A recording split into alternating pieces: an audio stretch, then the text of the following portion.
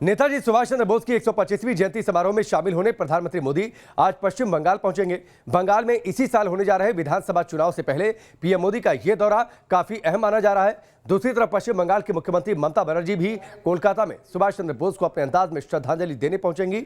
यानी बंगाल में आज मोदी और ममता आमने सामने होंगे।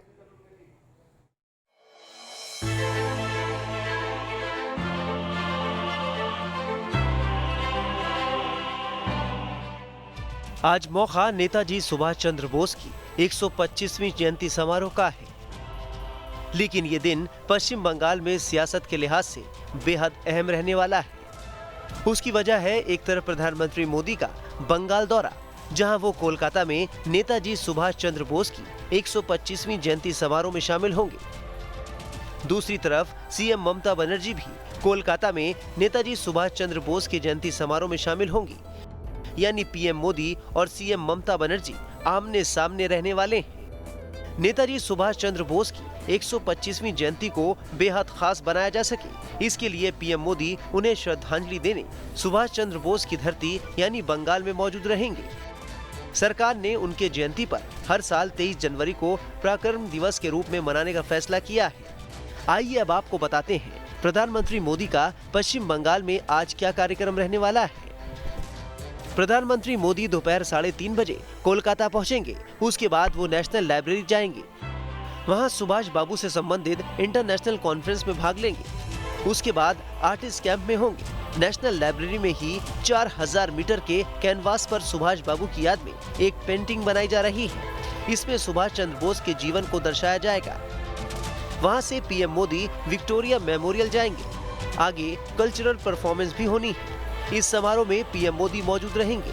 फिर नेताजी को लेकर वो देश के सामने अपने विचार रखेंगे। इस मौके पर प्रधानमंत्री मोदी की तरफ से एक स्मारक सिक्का और डाक टिकट भी जारी किया जाएगा। पीएम मोदी ने अपने कोलकाता दौरे को लेकर शुक्रवार को ट्वीट किया। नेताजी सुभाष चंद्र बोस के विचारों और आदर्शों से हमें एक ऐसे भारत के निर्माण की दिशा में काम करने की प्रेरणा मिलती है जिस पर उन्हें गर्व होगा। प्रधानमंत्री मोदी का आज का दौरा बेहद व्यस्त रहने वाला है। बंगाल जाने से पहले वो असम भी जाएंगे, जहां वो शिवसागर में 1 लाख से ज्यादा भूमि आवंटन प्रमाण पत्र वितरित करेंगे। माना जा रहा है कि पीएम मोदी आदिवासी समुदाय को जमीनों का पट्टा देकर एक बड़ा राजनीतिक संदेश देने की कोशिश में है। पीएम मोदी का बंगाल और असम दौरा ऐसे वक्त पर हो रहा है जब वहां पर अगले कुछ महीनों में विधानसभा चुनाव होने जा रहे हैं। बंगाल में बीजेपी की कोशिश 15 साल से वहां की सत्ता पर काबिज ममता बनर्जी को सत्ता से बेदखल करने की है। बीजेपी ने इस बार बंगाल विधानसभा चुनाव में 200 सीटें जीतने का लक्ष्य रखा है। इस लक्ष्य को पूरा करने के लिए बीजेपी ने पूरी ताकत झोंक दी है। Team news nation. बंगाल में ममता बनर्जी की पार्टी में भगदड़ मच गई है। ममता के करीबी नेता और कैबिनेट मंत्री एक एक कर उनका साथ छोड़ रहे हैं। वन मंत्री राजीव बनर्जी इस्तीफा देकर आज बीजेपी ज्वाइन करने वाले हैं, तो एक और विधायक वैशाली डालमिया भी बीजेपी में जा सकते हैं। इस बीच बंगाल में चुनावी हिंसा भी जारी है। जय श्री राम बोले जा रहा। तस्वीरें पश्चिम बंगाल के कूच बिहार जिले की है। यहाँ बीजेपी के 2 दफ्तरों पर हमला किया गया। आरोप टीएमसी समर्थकों पर लग रहा है। इस तोड़फोड़ के बाद कूच बिहार में तनाव फैल गया।